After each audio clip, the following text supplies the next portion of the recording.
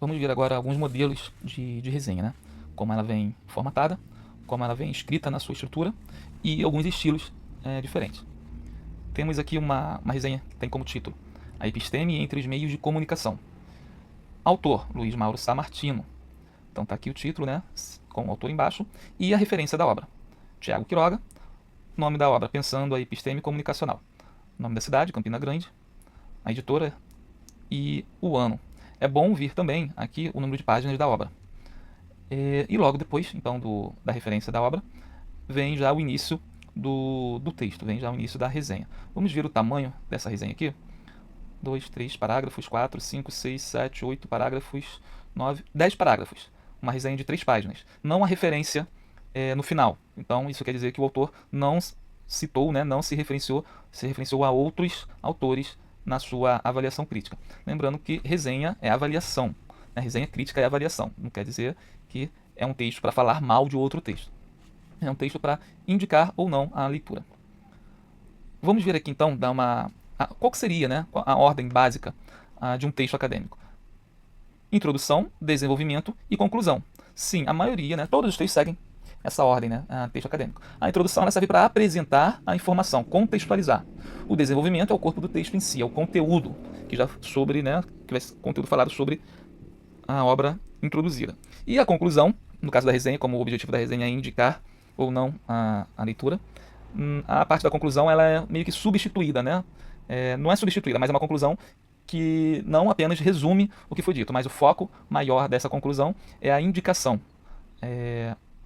da leitura ou da apreciação da obra resenhada. Vamos ver então aqui o primeiro parágrafo, como que ele vem apresentado, como que o autor ele trouxe. Os debates a respeito da epistemologia da comunicação.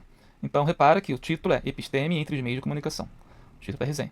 A obra é Pensando a Episteme. E realmente ele já começou falando sobre o tema da obra. Ele está contextualizando o leitor sobre o que é falado nessa obra. Vem se consolidando há quase 2 décadas como um dos pontos de convergência e debate da área. Se é verdade, discussões históricas quase sempre levavam em consideração questionamentos e meta-questionamentos, dentro da reflexividade típica do pensamento epistemológico. Por outro lado, é importante observar... então dentro da reflexividade típica do pensamento, novamente, trazendo a questão aqui de pensamento epistemológico, está trazendo a linha temática. É importante observar que a emergência de uma trama de proposições especificamente dedicadas a esse tema pode ser citada em meados dos anos 90. Então ele está dizendo que nos anos 90 que surgiu uma maior discussão, né, uma ênfase maior sobre a episteme da comunicação. Então ele contextualizou um pouco aqui o tema, trouxe um panorama geral. Não falou sobre o autor, não falou especificamente sobre a obra, mas falou sobre o tema. Por quê? Porque esse tema é o tema trabalhado na obra que está sendo resenhada.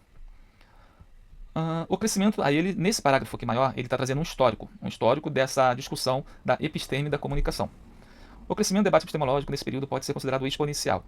Está continuando, né? Está falando desse período, dos anos 90, está dando continuidade ao parágrafo anterior, aprofundando. Não apenas em termos de número crescente de livros e artigos publicados a respeito, mas também da presença do debate no âmbito dos mais importantes eventos de comunicação, e de certo modo pelo atravessamento do epistemológico no âmbito de várias pesquisas realizadas na área. Diante da variedade de abordagens dentro da epistemologia da comunicação, parece haver alguns poucos consensos. Aqui ele já está dentro do tema, já está problematizando o tema. É um tema amplo, um tema que emergiu nos anos 90, tem bastante debate, bastante coisa produzida, mas há pouco consenso sobre a epistemologia desse tema. Entre os quais, de maneira quase paradoxal, a ausência de um consenso mínimo a respeito do que seja comunicação. Então ele está trazendo um problema grande, né?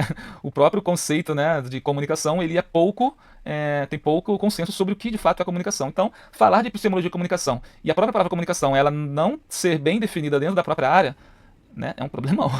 Em linhas mais detalhadas, o que constitui uma teoria da comunicação. Longe de ser paralisante, tal paradoxo parece se desenvolver mais como uma contradição propositiva, da qual vem emergindo significativas contribuições ao pensamento da área. Então ele tenta trazer um pensamento positivo aqui, né?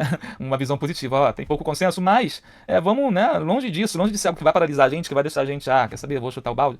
Não, a partir daí pode emergir, né, muitas contribuições para a área. E já que ele contextualizou, né, num primeiro momento falando sobre o tema, no segundo momento problematizando esse tema, ele já continua agora aqui e vai entrar na obra em si, né, na obra e no autor. Nesse cenário, pensando a epistemologia comunicacional, aqui o nome da obra, de quem? De Tiago Quiroga, que é o autor. E quem é Tiago Quiroga? Professor da Universidade de Brasília. Nasce como obra de referência, né? Essa obra nasce como obra de referência no que tange aspecto mais proposicional encontrado na epistemologia da comunicação. Então aqui ele já está trazendo, né, um ponto subjetivo. Ele aqui já tem uma crítica. Está dizendo que a obra é uma referência no que tange a esse aspecto, né, da epistemologia. Então, de certa forma, já tem um valor, já tá valorando aqui a obra. Já começa, né, a ser uma resenha crítica e não só um resumo. E aí agora ele já vai começar a falar sobre a estrutura do livro, né, a estrutura argumentativa principalmente.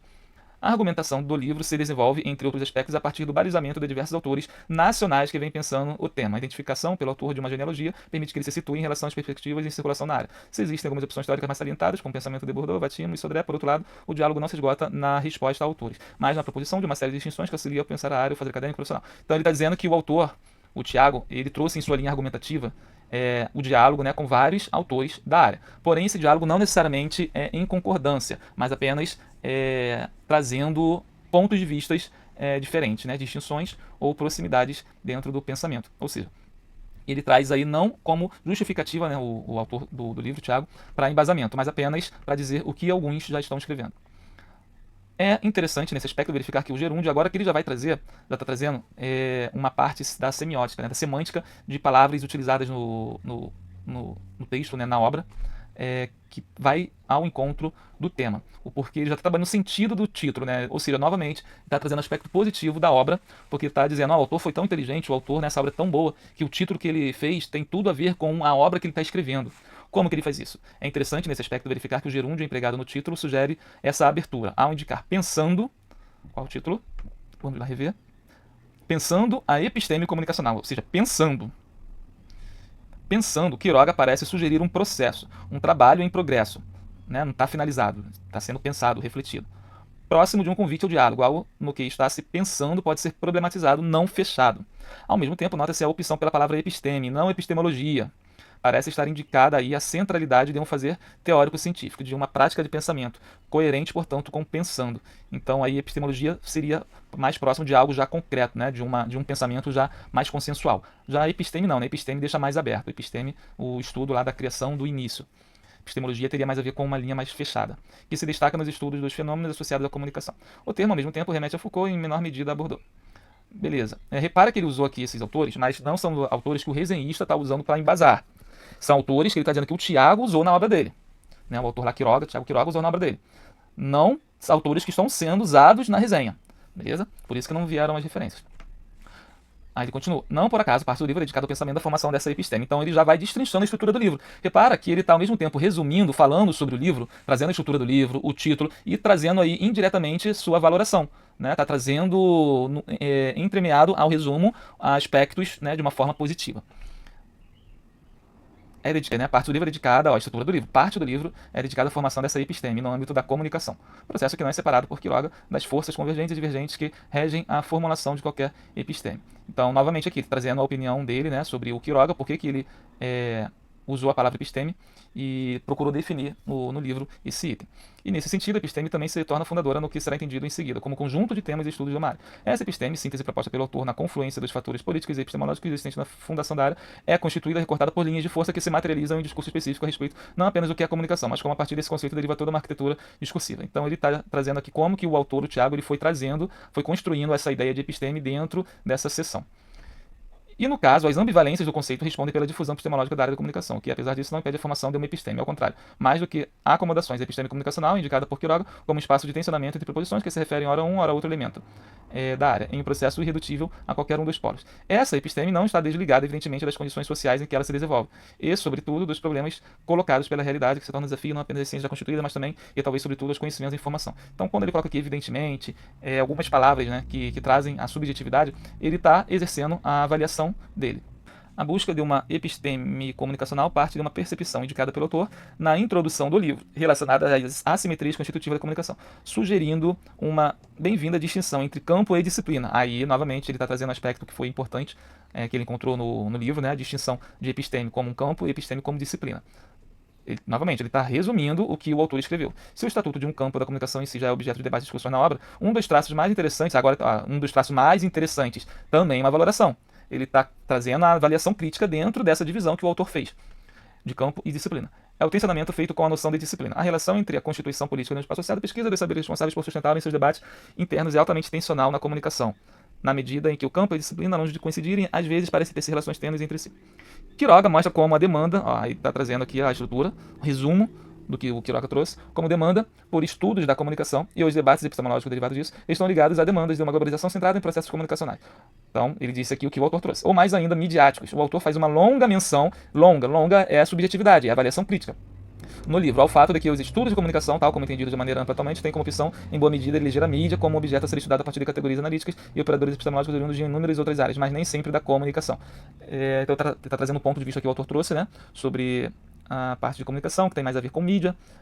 Quando fala em comunicação, fica mais próximo de mídia, e não no seu sentido, né, nos seus estudos mais amplos de comunicação em si. Em tempos nos quais as tecnologias, bem como a presença de inúmeros arcaísmos, convocam, agora que já é a conclusão, né? Convocam o pensamento a buscar interpelações para um diálogo, pensando, aí ele está retomando o livro, o nome do livro, conclusão ela faz isso, ela retoma a introdução, conclusão e introdução são intimamente ligados, pensando em episteme comunicacional, aí ele vai reafirmar o que foi já dizendo, né, nas entrelinhas no decorrer da resenha. Se alinha com as principais preocupações da área. Está dizendo aqui que é importante, é uma obra coerente. Se diz que se alinha com as preocupações da área, ou seja, atualmente a área tem muita, né, tem muita amplitude, ela tem bastante reflexões sobre seus temas, né, de teoria e da comunicação, e essa obra ela se alinha a essas vertentes que estão em crescente, recusando-se a oferecer uma resposta monológica, mas oferecendo uma trilha para a construção de um diálogo. Então ele diz que é uma obra que não fecha o conteúdo, mas ela é muito importante, ela é uma referência, porque está trazendo de uma forma bem concisa, né, uma episteme sobre a área, sobre um tema da área de comunicação que está em efervescência. Ou seja, é um livro que ele procura indicar, ele procura guiar, procura fazer um resumo de tudo isso que tem discutido, que se discutido. Né? Ele resume, ele junta a discussão para poder, alinhando essa discussão, né, unindo ou trazendo vários pontos, possa haver maior entendimento dentro da área e assim ser formada uma futura epistemologia. Então é uma obra que ajuda na episteme porque reúne diversos pontos de vista discutidos dentro desse tema. É uma resenha que é difícil porque ela é técnica, ela é muito específica da área de comunicação e ela não tem estrutura claramente segmentada. Mesmo que não tenham tópicos, né, os subtítulos ali, a crítica dele, né, ela vem junto com os resumos de cada sessão. Beleza? Esse aqui é um estilo, é um tipo de resenha.